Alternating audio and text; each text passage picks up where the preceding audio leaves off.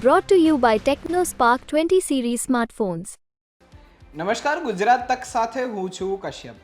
લોકસભા 2024ની ચૂંટણીને લઈને આ વખતે ખૂબ રસપ્રદ જંગ જામ્યા અને રસપ્રદ રીતના આગળ વધી રહ્યા છે ઉમેદવારો.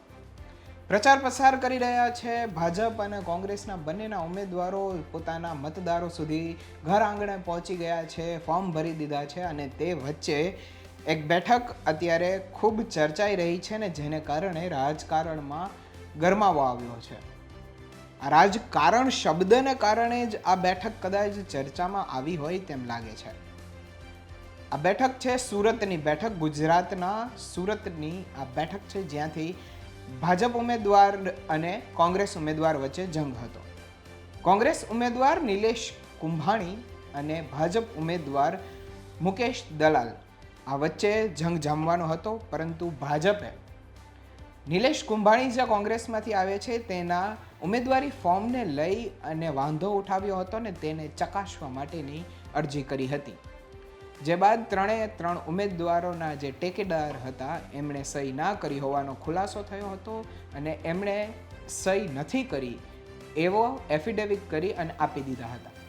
બાદમાં તેમને 24 કલાકનો સમય પણ આપવામાં આવ્યો. અંતે જે ટેકેદારો હતા તે હાજર ન રહ્યા અને નિલેશ કુંભાણીનું ફોર્મ રદ કરી દેવામાં આવ્યું. સુરતમાંથી નિલેશ કુંભાણીનું ફોર્મ રદ થઈ જાય છે એનો મતલબ સીધો એ થાય છે કે હવે વિપક્ષ રહ્યું નથી. એટલે બાકી રહ્યું કોણ? તો કે ભાજપના મુકેશ દલાલ. આ મુકેશ દલાલને કલેક્ટરે એક ઔપચારિક રીતે સર્ટિફિકેટ આપી અને સુરતના સાંસદ તરીકે ચૂંટી અને સુરતમાં લોકસભાનું કમળ ખીલી ગયું છે ભાજપનું, આવું કહી શકાય. હાલ તો મુકેશ અને આ જે નિલેશ છે તેમના વચ્ચેની જંગમાં અંત આવી તો ગયો છે, પરંતુ તે સામે કોંગ્રેસના પ્રવક્તા અને CR પાટીલની પણ બાઇટ સામે આવી છે. CR પાટીલે શું કહ્યું આવો સાંભળીએ. પહેલા જ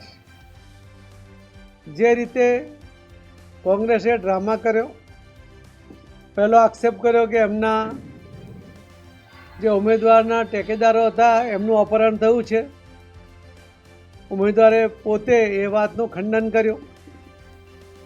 એમણે ખોટી રીતે પણ ખૂબ પ્રેશર લાવવાનો વહીવટી તંત્ર ઉપર પ્રયત્ન કર્યો. મીડિયા દ્વારા પણ એમણે ગેરસમજો ઊભી કરવાનો પ્રયત્ન કર્યો. પરંતુ આજે સચ સામે આવ્યું છે. ભારતીય જનતા પાર્ટીના ઉમેદવાર શ્રી મુકેશભાઈ દલાલ બિનહરીફ 24 સુરત લોકસભામાં એ જાહેર થયા છે. હું શ્રી મુકેશભાઈ દલાલ એમને અને સૌ કાર્યકર્તાઓને ખૂબ ખૂબ અભિનંદન આપું છું.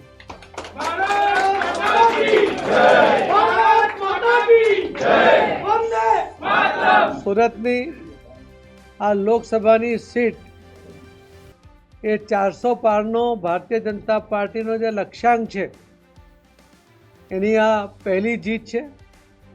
અમે આ જીત આદરણીય શ્રી નરેન્દ્રભાઈ મોદી સાહેબને અર્પણ કરીએ છીએ અને એની સાથે સાથે અમે વિશ્વાસ પણ અપાવીએ છીએ કે અમે સુરત લોકસભાના સીટ સિવાયની બીજી જે 25 સીટો છે એ પણ અમે જીતીને ગુજરાતના કુલ મળીને 26 કમળ એ મોદી સાહેબને અર્પણ કરવાના છે. ગુજરાતના સૌ ભાઈ બહેનો એમનું જે સમર્થન ભારતીય જનતા પાર્ટીને પ્રાપ્ત થાય છે એના કારણે ભારતીય જનતા પાર્ટીના કાર્યકર્તાઓ પણ ઉત્સાહમાં છે. મોદી સાહેબમાં અનેરો વિશ્વાસ એમનો છે. મોદી સાહેબને ગેરંટીમાં ગુજરાતના અને દેશના સૌ મતદાતા ભાઈ બહેનોને વિશ્વાસ છે. મોદી સાહેબે મુખ્યમંત્રી તરીકે ગુજરાત મોડલ ઊભું કર્યા પછી આ એક દેશનું પણ મોડલ લોકો સામે મૂક્યું છે કે વિકાસ શું હોઈ શકે, સર્વાંગી વિકાસની વ્યાખ્યા શું હોઈ શકે.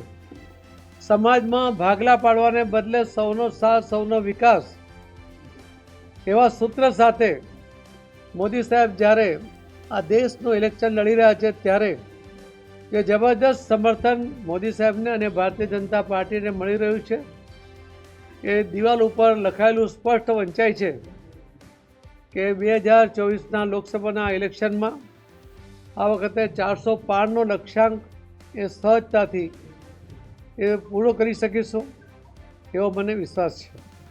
હું ફરીથી સૌ ભાઈ બહેનોને અને જેમણે આમાં સમર્થન આપવા માટે પ્રયત્ન કર્યો છે એમને ખૂબ ખૂબ એમનો આભાર માનું છું. ભારતીય જનતા પાર્ટીના સૌ આગેવાનો એમને પણ ખૂબ અભિનંદન આપું છું. અને આ પહેલું કમળનું ફૂલ મોદી સાહેબને આપતા ખૂબ ખૂબ ધન્યતા અનુભવું છું.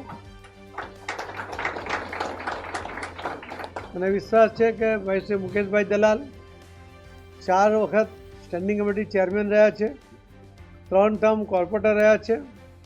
અમને વહીવટી સૂઝ છે એના દ્વારા સુરત શહેર અને ગુજરાતના માધ્યમથી આ દેશના વિકાસમાં પણ એમનો અનેરો ફાળો ચોક્કસ રહેશે એવી એમની પાસેથી અપેક્ષા સાથે વિશ્વાસ વ્યક્ત કરું છું. આ મુદ્દા ઉપર ભાજપ પર પ્રહાર કરનારા એવા કોંગ્રેસના પ્રવક્તા મનીષ દોશીએ શું કહ્યું, સાંભળો. પોતાનો સિક્કો જમાવવાનો ખેલ કર્યો છે. આ સિક્કો માત્ર એટલા માટે નથી, પણ મતદાતાઓની સીધા મત લેવામાં ભાગી રહેલી ભાજપા, અનેક જગ્યાએ તેમને મળી રહેલો જનતાનો મિજાજ અને જનતાના મિજાજથી ડરી ગયેલી ભાજપા જે રીતના કારનામાને હથકંડા અપનાવી રહી છે એ આખું દેશ જોઈ રહ્યું છે. એક તરફ ગુજરાત ગાંધી સદાના ગુજરાત તરીકે ઓળખાય અને બીજી બાજુ આજે શરમ અનુભવે ભાજપાના કારનામાને હથકંડાથી. પણ દુઃખની વાત સાથે સાથે એ પણ છે કે ભારતીય ચૂંટણી પંચ જેની બંધારણીય ફરજ બને છે ફેર એન્ડ ફ્રી ઇલેક્શન કરવાની, એ આજે તંત્ર સંપૂર્ણપણે નતમસ્તકે હોય તેમ કામ કરી રહ્યું છે.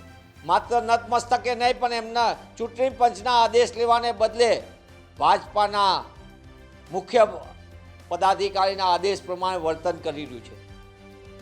કોંગ્રેસ પક્ષને હું પ્રમાણિકપણે કહીશ કે એક બેઠક જવાથી, આ ચૂંટણી ન યોજાવાથી કોંગ્રેસ પક્ષને તો નુકસાન થયું છે, કોંગ્રેસના કાર્યકરો ઉપર પણ અસર આવે, પણ એના સાથે સાથે ભાજપાના હથકંડાને કારનામાના કારણે બાકીની 25 બેઠક ઉપર મતદાતાઓનો મિજાજ અને કોંગ્રેસના કાર્યકર્તાઓનો જોમજુસ્સામાં ઉમેરો થયો છે. અમે લડશું. આ લડાઈ એ લાંબી છે. ભાજપા લોકતંત્રને અને લોકશાહીને નુકસાન કરવા માટે કઈ હદે નિમ્ન કક્ષાએ જઈ શકે એ જોવા મળે છે આપણને. પણ સાથે સાથે ભાજપાએ અપનાવેલા કારનામાની લડત પણ અમે લડીશું. કોંગ્રેસના કાર્યકરોને અત્યારે જે નુકસાન થયું છે એ નુકસાનનો બદલો લોકતાંત્રિક પ્રક્રિયાથી લેવામાં આવશે અને બાકીની બેઠક ઉપર કોંગ્રેસનો કાર્યક્રમ મજબૂતીથી જનતાના આશીર્વાદ મેળવવા માટે લોકોનો જનસંપર્ક કરશે અને સમગ્ર ગુજરાતમાં આપના માધ્યમથી પણ આપની સ્ક્રીન ઉપર પણ દેખાય છે કે ગુજરાતની જનતા ભાજપાથી સંપૂર્ણપણે જાકારો આપવા માટે મન બનાવી લીધું છે. ભાજપાને ગુજરાતની જનતા અસલી મિજાજનો પરચો આપી રહી છે.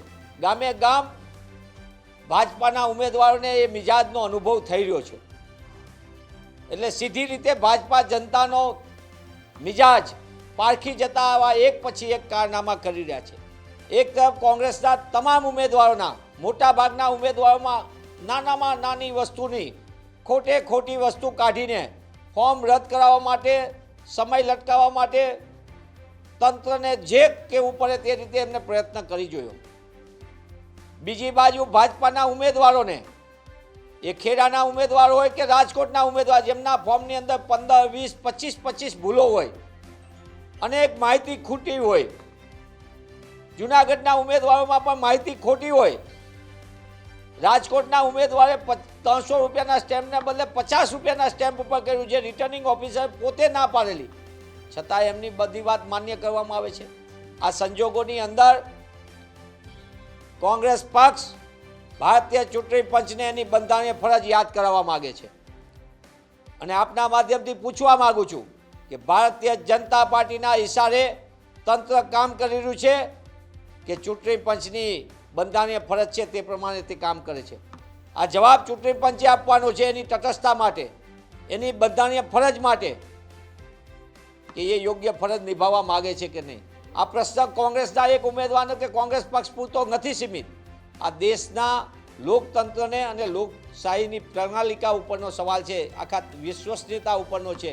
એવા સંજોગોમાં હું પુનઃ એ વાત કહીશ કે કોંગ્રેસ પક્ષનો કાર્યકર 25 બેઠકો ઉપર, અમારી 2 બેઠકો ઇન્ડિયા ગઠબંધનની છે અને બાકીની 23 બેઠક ઉપર કોંગ્રેસનો કાર્યકર્તા પ્રજાના જનસંપર્કના માધ્યમથી જન આશીર્વાદ મેળવવા માટે લોકો સુધી જશે અને જનતાનો મિજાજ જે ભાજપને જાકારો આપવાનો છે તેના માટે જનતાના આશીર્વાદ મેળવવા માટે કોંગ્રેસ પક્ષનો કાર્યકર ઘરે ઘરે જઈને લોકોને સુધી વાત પહોંચાશે. સમગ્ર મામલેને લઈને તમે શું વિચારો છો અમને કોમેન્ટ બોક્સમાં જરૂરથી જણાવજો. અને ગુજરાત તકને જો તમે યુટ્યુબ પર સબસ્ક્રાઇબ ના કર્યું હોય તો કરી લેજો અને ફેસબુક અને ઇન્સ્ટા પર પણ ફોલો કરી લેજો, જેથી કરીને ચૂંટણી અને અન્ય સમાચારો સૌથી પહેલાં તમારા સુધી પહોંચતા રહે. ત્યાં સુધી મને આપશો રજા. નમસ્કાર.